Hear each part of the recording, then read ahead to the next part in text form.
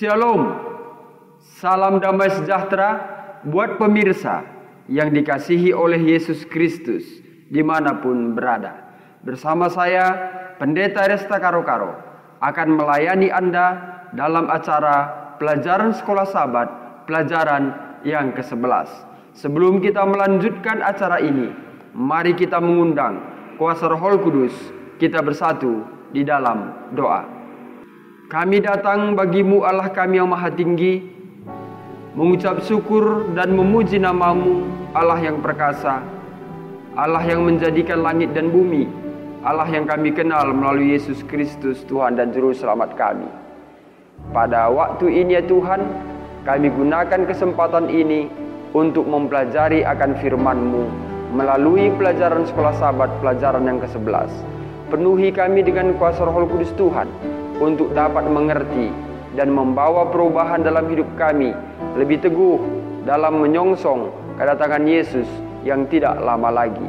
Terpujilah namamu ya Tuhan kami datang melalui anakmu Yesus, Tuhan Juru Selamat, kami berdoa dan mengucap syukur.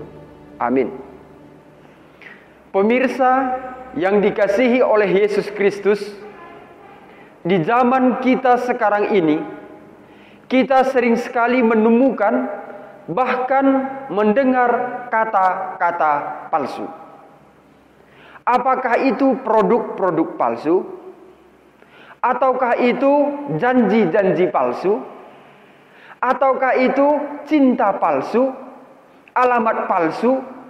Dunia-dunia ini saat sekarang ini penuh dengan kepalsuan. Kepalsuan akan ada jikalau kebenarannya ada.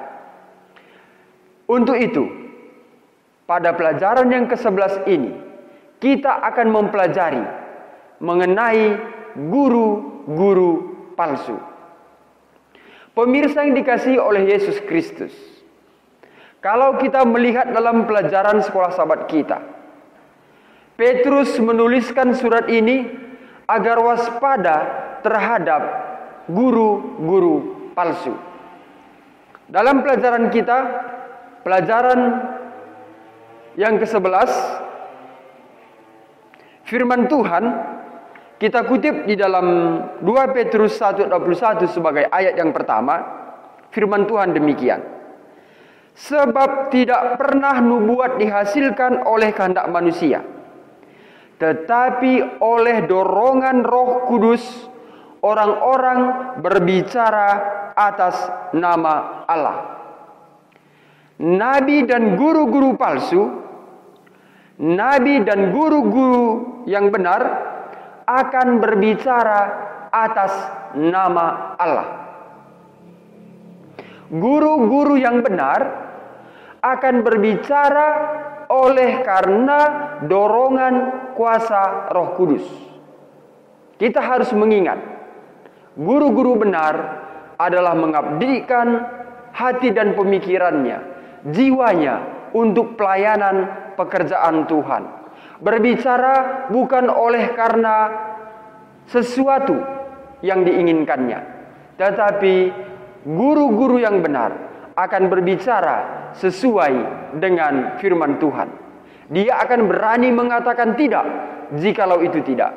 Dia akan berani mengatakan iya jikalau itu iya. Dalam kutipan pelajaran kita ini, seperti pepatah mengatakan, di mana ada kebenaran, di situ ada kepalsuan. Hal ini juga terjadi pada zaman nabi-nabi sampai kepada zaman guru-guru agama. Nabi-nabi dan guru-guru palsu sebenarnya lahir dari agama tersebut.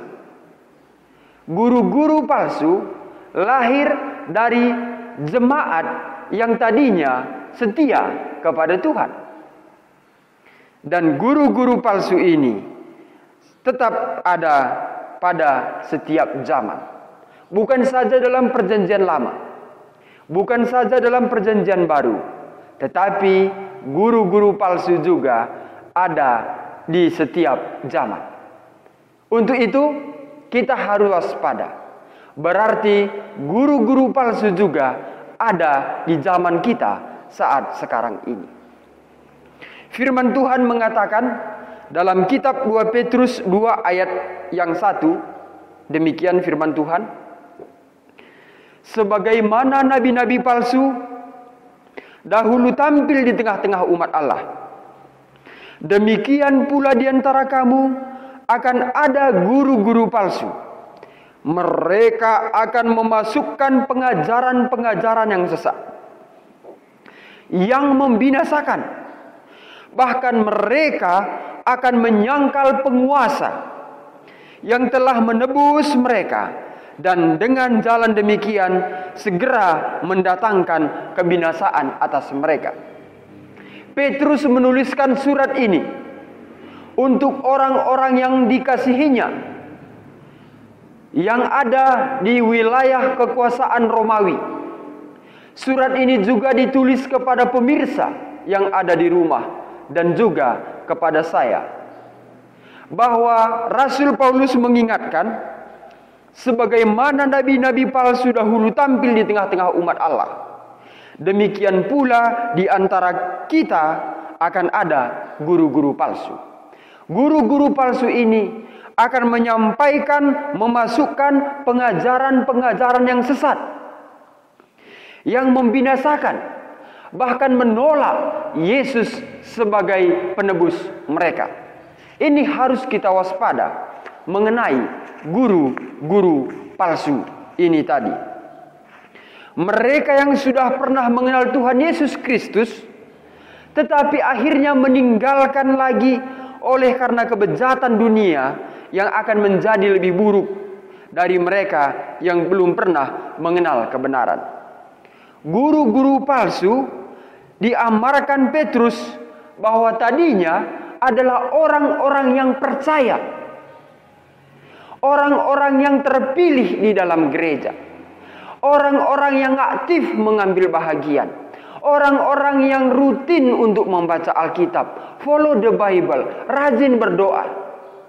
Namun oleh karena kebejatan dunia, hati dan pemikirannya diarahkan lebih cenderung kepada dunia untuk menyampingkan firman Tuhan dan memberikan firman ini mengatasnamakan Allah sesuai dengan kehendaknya, bukan lagi sesuai dengan firman Tuhan, bukan lagi sesuai yang ditulis di dalam Alkitab, tetapi apa yang dia pikirkan, apa yang dia mau ucapkan, itulah yang disampaikan kepada umat-umat Tuhan. Mengapa? Karena guru-guru palsu lebih memberikan hati dan pemikirannya kepada hal-hal dunia yang bejat, yang penuh dengan keduniawian, yang penuh dengan nafsu dunia, dan yang penuh dengan kuasa yang tidak memberikan kehidupan kekal bagi mereka. Pemirsa yang dikasihi oleh Yesus Kristus, di dalam 2 Petrus 2 ayat 3 firman Tuhan, dan karena serakahnya guru-guru palsu itu akan berusaha mencari untung dari kamu dengan cerita-cerita isapan jempol belaka. Tetapi untuk perbuatan mereka itu hukuman telah lama tersedia dan kebinasaan tidak akan tertunda. Seakan-akan guru-guru palsu ini dia mengutamakan akan kehendaknya. Guru-guru palsu ini dia berbicara atas nama Tuhan. Dia berbicara atas nama Yesus Kristus. Dia berbicara sesuai seakan-akan dengan firman Tuhan. Tetapi guru-guru palsu bukan mengutamakan keselamatan umat-umat Tuhan, bukan mengutamakan keselamatan untuk keluar dari dosa-dosa, tapi tujuan daripada guru-guru palsu hanya meraup keuntungan dari umat-umat yang akan dia pelihara. Pemirsa yang dikasihi oleh Yesus Kristus, guru-guru palsu kita harus waspada oleh karena hanya mencari keuntungan, keserakahan untuk kebutuhan jasmaninya. bukan memberikan perubahan, bukan berusaha untuk mengeluarkan jiwa-jiwa, mengeluarkan hamba-hamba Tuhan, mengeluarkan manusia dari dosa yang begitu tebal, untuk keluar dari kegelapan menuju terang kemuliaan Yesus Kristus, Tuhan dan Juru Selamat kita.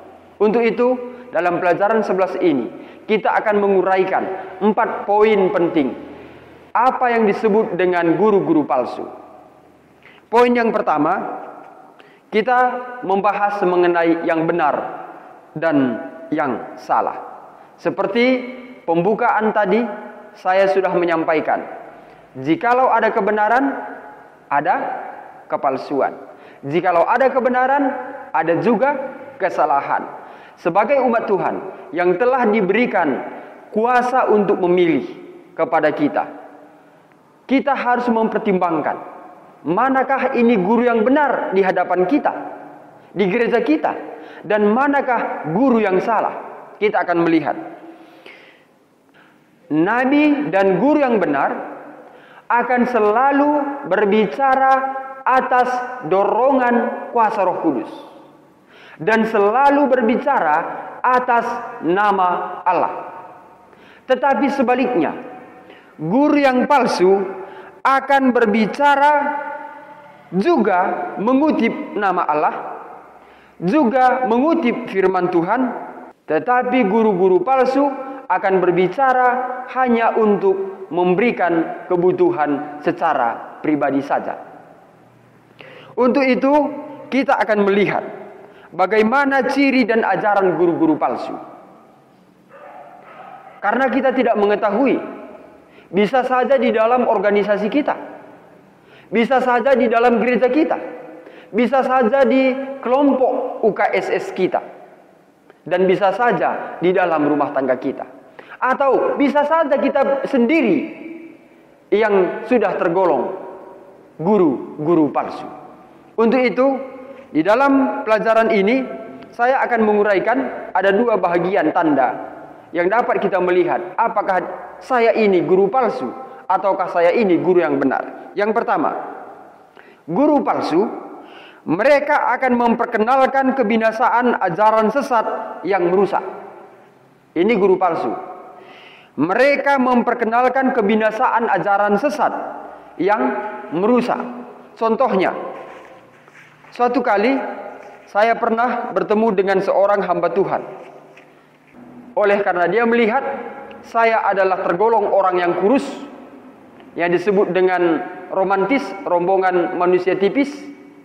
Lalu beliau mengatakan demikian, "Pendeta, tidak apa-apa, makan aja daging babi itu sekali-sekali, sembunyi-sembunyi. Jangan diketahui oleh jemaat. Tidak apa-apa, biar gemuk sedikit."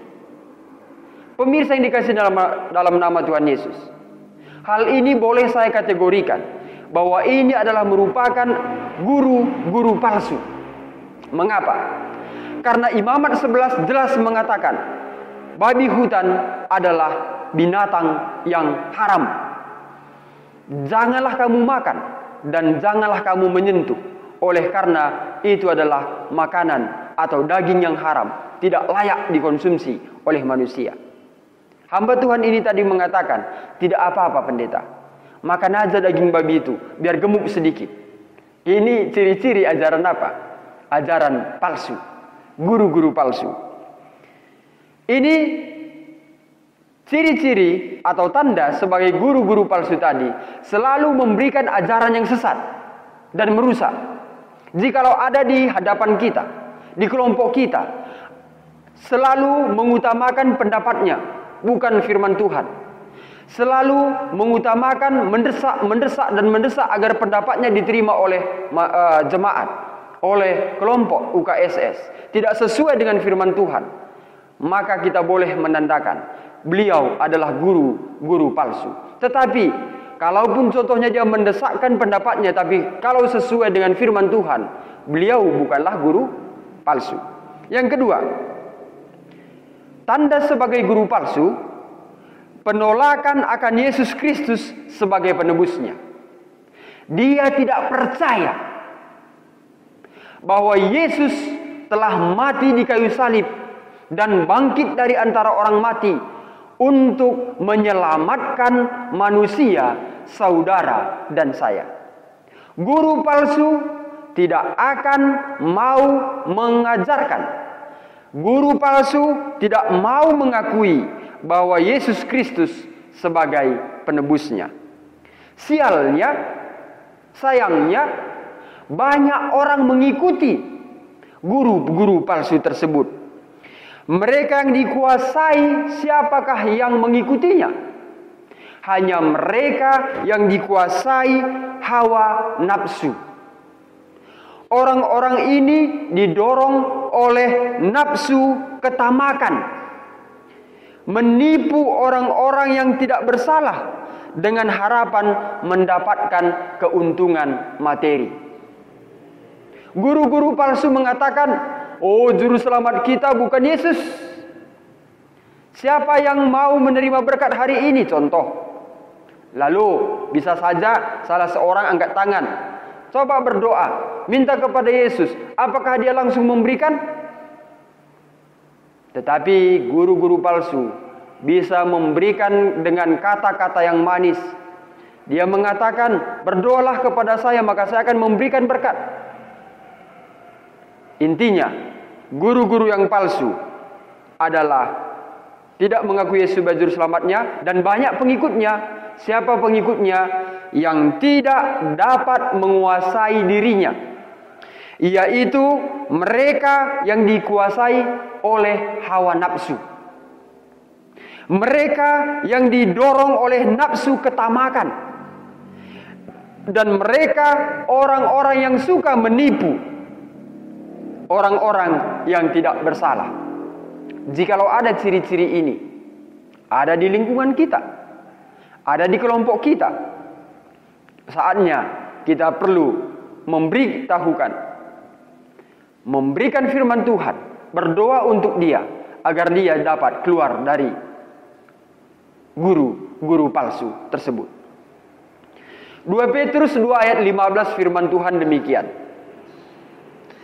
Oleh karena mereka telah meninggalkan jalan yang benar, maka tersesatlah mereka, lalu mengikuti jalan Bileam anak Beor, yang suka menerima upah untuk perbuatan-perbuatan jahat. Kita tahu ini, pada saat Bileam disuruh untuk mengutuk Israel, dan pada saat itu dia disogok dengan uang. Oh, jarang sekali dapat kesempatan seperti ini. Dapat uang, dapat harta, hanya untuk mengucapkan supaya Israel kena kutuk. Lalu hamba Tuhan ini, si Bileam ini, sudah mempersiapkan dirinya akan berangkat ke Israel untuk mengutuki Israel. Si Bileam membawa kendaraannya, yaitu keledai. Pada saat dia berjalan, di tengah perjalanan dia dicegat oleh malaikat Tuhan. Bileam dicegat oleh malaikat Tuhan. Lalu singkat cerita, Bileam sadar bahwa Tuhan tidak mengkehendaki apa yang telah dirancang oleh manusia yang tidak disetujui oleh Tuhan. Singkat cerita, kita mengetahui peristiwanya, bahwa Bileam tidak jadi memberikan kutuk kepada Israel, melainkan dialihkan menjadi berkat untuk Israel. Yang kita lihat di sini, hamba Tuhan Bileam ini tadi, oleh karena ketamakannya, oleh karena nafsunya, oleh karena kerakusannya, dia berani menjual firman Tuhan untuk kebutuhannya. Kita harus hati-hati, baik kami sebagai pendeta, demikian juga sebagai jemaat. Bisa saja ada sogokan-sogokan yang membelokkan kebenaran Tuhan, yang menutup akan jalan kebenaran Tuhan. Kita dikasih mungkin iming-iming, kita dikasih mungkin uang, kita dikasih mungkin harta, dan lain sebagainya. Kita terkecoh dengan hal itu. Ingat bahwa pada saat kita terkecoh, pada saat kita menjalankan tidak sesuai dengan firman Tuhan, maka kita sudah termasuk guru-guru palsu. Pemirsa yang dikasihi oleh Yesus Kristus, yang kedua, kita dapat melihat contoh kesalehan di tengah kefasikan. contoh kesalehan di tengah kefasikan. Petrus memberikan contoh untuk menggambarkan pertanyaan di dalam ayat 3 dalam kitab 2 Petrus 2 ayat yang ketiga. Saya membaca di dalam 2 Petrus 2 ayat 3, firman Tuhan demikian.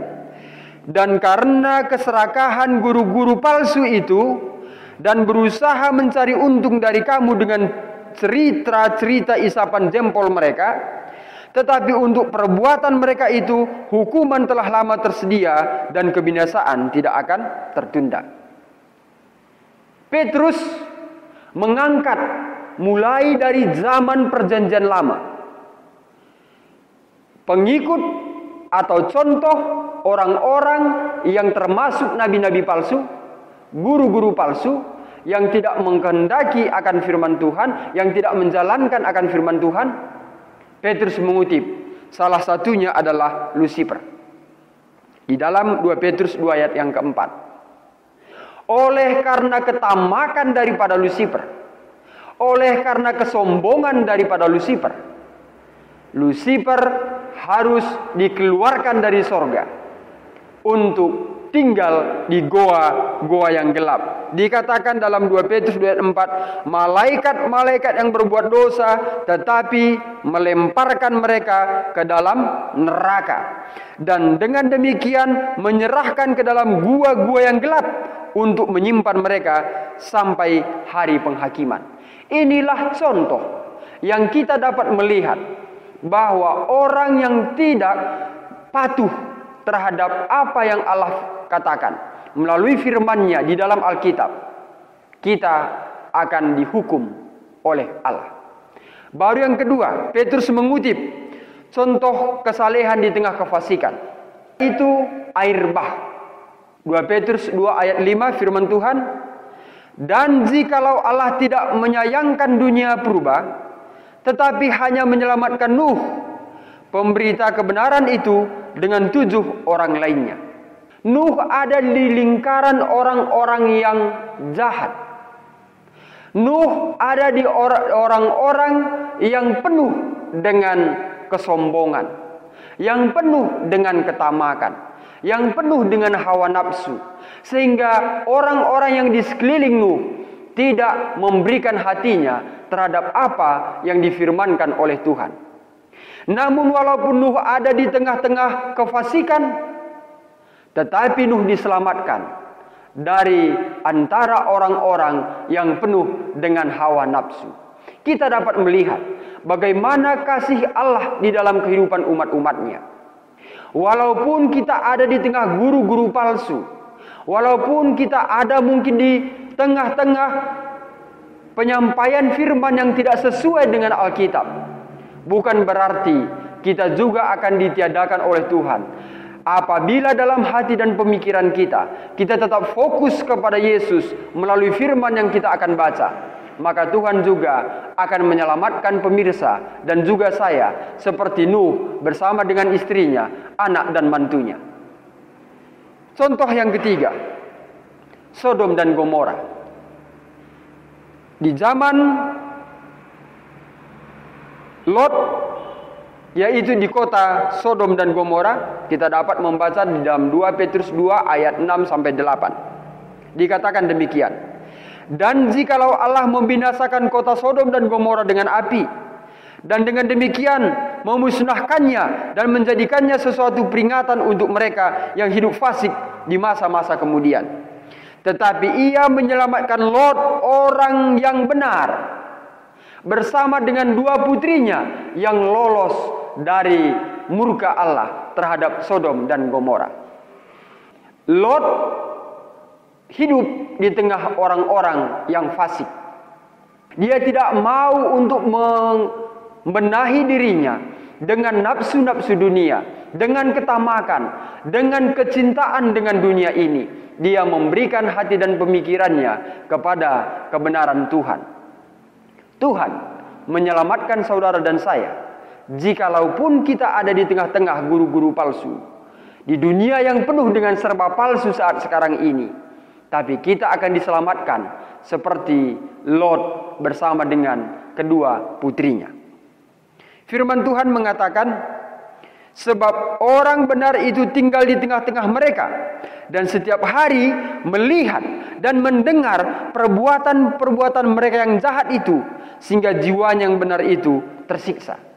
Memang benar, apabila kita ada di kelompok orang-orang yang tamak, di kelompok orang-orang yang tidak benar, di kumpulan orang fasik, yang kita sering sekali dengar adalah omongan mereka yang jahat, tindakan mereka yang jahat, sehingga dikatakan dalam ayat ini bahwa Lot merasa tersiksa oleh karena dia melakukan kebenaran.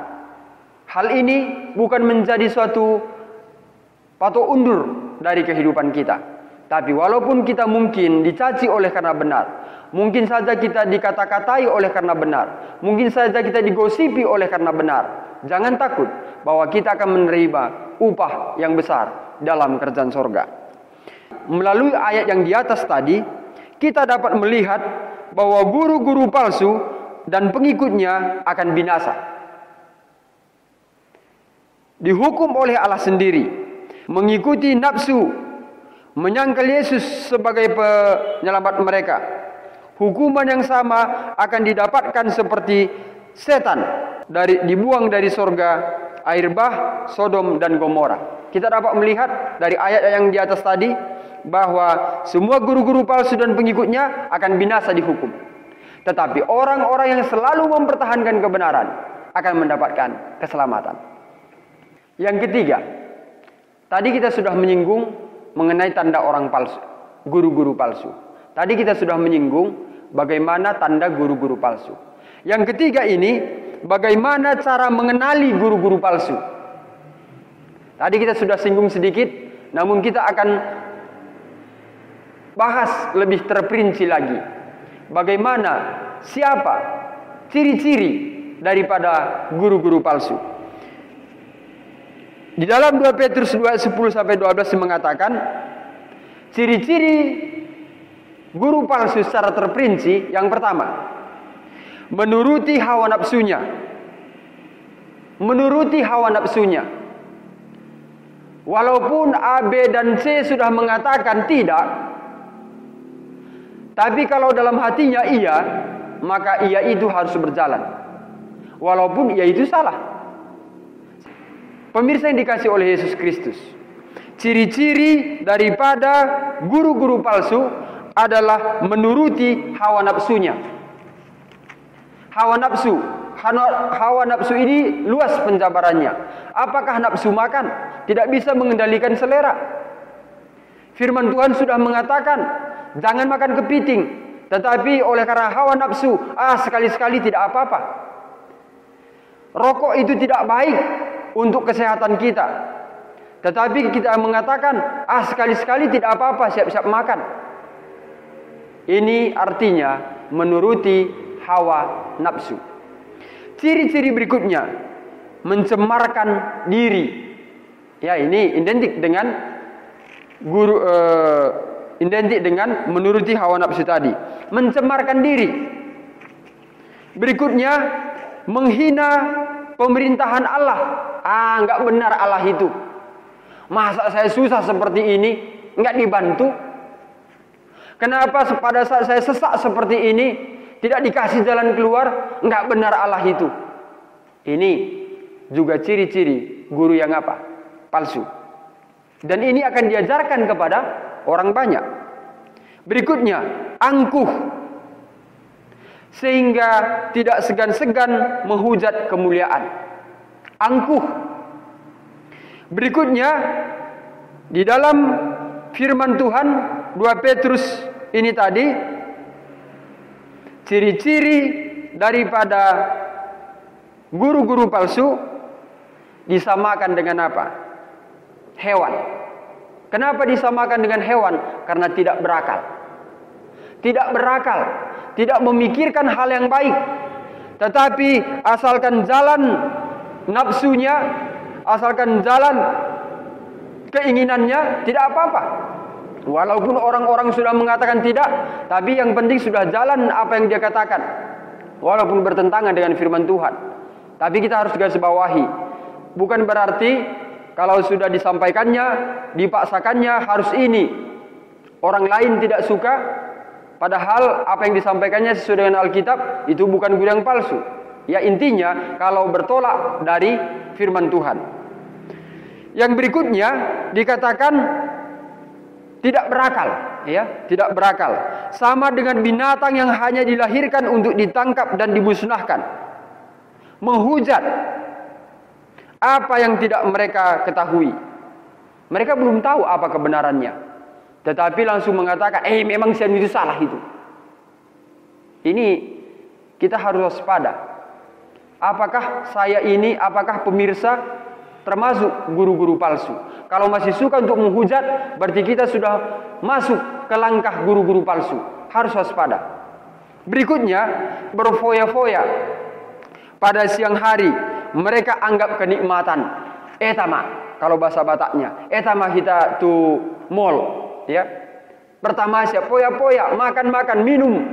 Kalau di luar mungkin untuk kalangan orang-orang Kristen atau di kalangan orang-orang yang mencintai akan firman Tuhan. Kalau tiba saatnya hari Natal, contohnya akhir tahun, mabuk-mabukan, pesta pora, berpoya-poya, menghabiskan uang. Coba kalau kita pikirkan, uang yang digunakan untuk berfoya-foya, kalau kita gunakan untuk persembahan dalam kerja Tuhan, pembangunan mungkin gereja Tuhan, pengecatan mungkin gereja, dan lain sebagainya. Alangkah lebih baiknya daripada kita memfoya-foyakan uang kita. Ciri-ciri guru-guru palsu, mereka suka berfoya-foya, bertamasya, pergi ke sana naik pesawat, pergi ke sini naik pesawat. Apa yang dapat di sana tidaklah hanya mengenai firman Tuhan, tetapi hanya untuk mengikuti hawa nafsu tadi, hanya untuk mengikuti kepuasan. Dan mereka mengatakan 2 Petrus 2:13, dan mereka anggap kenikmatan. Mereka merasa nikmat kalau sudah jalan-jalan, istilahnya kalau orang Sumatera bilang, mereka sudah merasa nikmat kalau sudah makan di restoran yang mahal. Padahal pada saat belanja di pajak, pasar tradisional, dibilang berapa harga nanasnya, 10.000. Bisa 5.000. Contohnya kan, bisa 5.000. Lalu karena di penjual pajak tradisional ingin juga barang dagangannya laku, udahlah ambil aja. Tapi pada saat makan di restoran, bagaimana? Berapa harga makanan mereka? Kita buatlah contohnya 500.000. Marah dikasih lagi tipsnya. Dikasihlah 550.000 tips. Padahal di pajak tradisional ditekan harga. Ini ciri-ciri orang yang suka berfoya-foya. Orang yang berfoya-foya. Dan kalau ada keinginan di dalam diri kita yang masih suka berfoya-foya, berarti kita sudah masuk langkah daripada guru-guru palsu. Harus diwaspadai, harus keluar, agar pemirsa dan saya pada saat kedatangan Yesus nanti kali kedua, kita bersuka cita. Bukan seperti Lucifer, bukan seperti orang-orang yang ada di zaman Nuh, bukan seperti orang-orang yang di zaman Sodom dan Gomora, tetapi kita di bahagian Lot bersama 2 putrinya, Nuh istri dan anak menantunya, dan juga seperti malaikat-malaikat sorga yang masih tinggal di sorga. Berikutnya ciri-ciri guru-guru palsu tadi. Mata mereka penuh nafsu zina. Mereka tidak pernah jemu berbuat dosa. Enggak ada lagi ketakutan berbuat dosa. Berikutnya, suka menerima upah untuk perbuatan-perbuatan yang jahat. Berani berapa kau? Saya akan rusak hubungan mereka. Contohnya ya.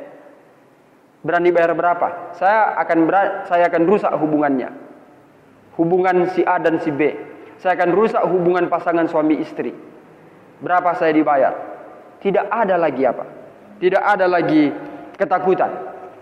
Dan inilah yang dikatakan guru-guru palsu. Yang terakhir, ciri-ciri guru-guru palsu, mengucapkan kata-kata yang congkak dan hampa. Yang terakhir, karena saya tadi menjanjikan ada 4 poin. Ini poin yang terakhir. Bahaya kembali kepada perbuatan jahat. Bahaya kembali kepada perbuatan jahat. Petrus mengatakan bahwa yang sudah terlepas dari kejahatan dunia dengan menjalin hubungan dengan Yesus Kristus dan kemudian terjerat lagi dengan kebejatan yang sama, bahkan lebih buruk lagi, Petrus mengatakan sama dengan hewan. Dalam 2 Petrus 12 mengatakan mereka sendiri akan binasa seperti binatang liar. Ini bahayanya. Bahaya kembali kepada perbuatan jahat. Contohnya, kita yang ada di dalam kelompok kita, gereja kita sudah dibaptis. Pada saat kita dibaptis, kita merasakan kuasa Tuhan sangat luar biasa. Oleh karena kita sudah lahir baru, menerima Yesus sebagai juru selamat kita, kita sangat semangat untuk mendengarkan firman Tuhan. Alkitab kita baca, kita berdoa sungguh-sungguh kepada Tuhan. Tetapi oleh karena keinginan daging kita kembali kepada hal-hal buruk sebelum kita menerima Yesus. Maka ini bisa lebih jahat lagi sebelum kita mengenal kebenaran Tuhan. Makanya dikatakan oleh Petrus, sama seperti rumah atau hati kita yang tadinya sudah ditinggalkan oleh setan, tapi oleh karena setan melihat rumah kita itu kosong lagi, hati kita kosong, maka setan itu akan datang dan dibawa lagi temannya, bahkan 7 kali lipat untuk dibawa menguasai hati kita. Dan kehidupan kita lebih brutal sebelum kita mengenal kebenaran Tuhan, sebelum kita mengenal firman Tuhan, sebelum kita menyerahkan hati kita kepada Yesus. Kita bisa saja jauh lebih jahat sebelum kita menerima Yesus dan setelah menerima Yesus. Jadi kita harus hati-hati, waspada. Kalau kita kembali ke hal yang jahat di dalam kehidupan kita, dikatakan dalam 2 Petrus 12 ini tadi, kita sendiri akan binasa seperti binatang liar. Berikutnya 2 Petrus 12 mengatakan, kalau kita kembali kepada hal-hal yang jahat dahulu kala. Apa katanya? Bagi mereka cocok apa yang dikatakan peribahasa yang benar ini. Anjing kembali lagi ke muntahannya, dan babi yang mandi kembali lagi ke kubangannya. Guru-guru palsu atau pengikut guru-guru palsu, seakan dia mempunyai wibawa, seakan kelihatan dia soleh, dan dia kelihatan orang yang baik untuk menyampaikan firman Tuhan. Namun pada saat dia meninggalkan akan firman Tuhan tersebut, dia kembali ke hal-hal dunia, ketamakan, kecongkakan, hawa nafsu, pesta pora, dan lain sebagainya. Maka dia akan disebut kembali lagi ke muntahannya. Seperti babi kembali lagi ke kubangannya. Artinya tidak ada lagi didapatkan suatu yang lebih baik kecuali untuk memanjakan nafsu selera mereka, kebiasaan lama mereka, dan tidak mau untuk berfokus kepada Yesus, Tuhan dan Juru Selamat mereka. Pemirsa yang dikasihi oleh Yesus Kristus, di tengah dunia kita sekarang yang penuh dengan serba kepalsuan, bukan saja di dunia kita ini, namun di lingkup kerohanian kita, di mana kita berada pada saat ini, kita harus ekstra hati-hati. Bisa saja kita melihat pengkhotbah menyampaikan pengkhotbah yang memukau kita, dan seakan dia memberikan suatu motivasi yang sangat besar untuk kita. Namun kita harus teliti apa yang disampaikan oleh pengkhotbah kita di gereja, apa yang disampaikan oleh pendeta kita di gereja, harus kita selidiki kembali kepada firman Tuhan. Apakah saya ini akan mengikuti guru palsu, ataukah saya ini mengikuti guru yang benar, baik di organisasi kita, baik di kelompok kita, di mana kita berada.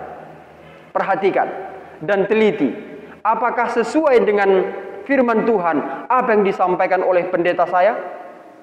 Apakah sesuai dengan Alkitab apa yang dikhotbahkan oleh pengkhotbah di gereja saya? Untuk itu pastikan bahwa saudara, pemirsa dan saya tidak ada di alur pengikut guru-guru palsu. Kita harus pastikan bahwa diri kita tidak ada di kelompok guru-guru palsu. Kita tadi dapat mengingat kembali bahwa ciri-ciri guru-guru palsu kita sudah bahas tadi, dan bagaimana pengikutnya juga kita sudah tahu juga. Tentunya tidak jauh daripada apa yang diajarkan oleh guru-guru palsu. Untuk itu, kepada pemirsa yang dikasihi oleh Yesus Kristus, apabila kita ingin rindu untuk selamat seperti Lot bersama dengan 2 putrinya, Nuh bersama istri, anak dan mantunya, demikian juga seperti malaikat sorga yang tidak terkecoh dengan bisikan daripada Lucifer. Kalau kita ingin mendapatkan keselamatan, jangan mengikuti ajaran-ajaran yang tidak sesuai dengan firman Tuhan. Apakah kita mau untuk menerima ini? Mari kita berdiri dan kita bersatu di dalam doa. Bapa kami yang penuh kasih, waktu yang singkat ini kami sudah gunakan untuk mendengarkan firman-Mu melalui pelajaran sekolah Sabat, pelajaran yang ke-11 yang dikutip dari 2 Petrus 2. Allah yang penuh kasih, kiranya apa yang telah kami pelajari ini membawa satu perubahan yang baru dalam hidup kami, mengetahui dan menyatakan diri kami untuk tidak tergolong menjadi guru-guru palsu dan tidak tergolong pengikut guru-guru palsu. Kiranya kami hanya selalu mengandalkan Yesus Tuhan dan Juru Selamat kami, dan mengarahkan hati pikiran kami, iman kami teguh tetap hanya kepada Yesus Tuhan dan Juru Selamat kami. Persiapkanlah kiranya kami ya Tuhan untuk mewarisi kerajaan sorga, dan kiranya kami juga dapat mempersiapkan hati pikiran kami sehingga kami akan menjadi pewaris kerajaan sorga. Terpujilah nama-Mu ya Tuhan. Berkat Tuhanlah kiranya kami terima pada saat ini juga. Berkati pemirsa yang sudah mendengarkan pelajaran ini, kiranya kasih karunia surga akan dapat mereka terima sesuai yang Tuhan kehendaki. Terpujilah nama-Mu Allah kami yang maha tinggi. Kami datang melalui anak-Mu Yesus, Tuhan dan Juru Selamat. Kami telah berdoa. Amin. Pemirsa yang dikasihi oleh Yesus Kristus, demikianlah pelajaran kita pada pelajaran yang ke-11 ini. Kita akan bertemu kembali dalam pelajaran 12 di minggu yang akan datang. Kiranya kasih karunia daripada Yesus Kristus dan damai daripada Allah Bapa serta persekutuan dari Roh Kudus akan menguatkan hati kita untuk dapat bertemu kembali dalam acara berikutnya. Tuhan memberkati. Shalom, majuah-juah, Tuhan memberkati.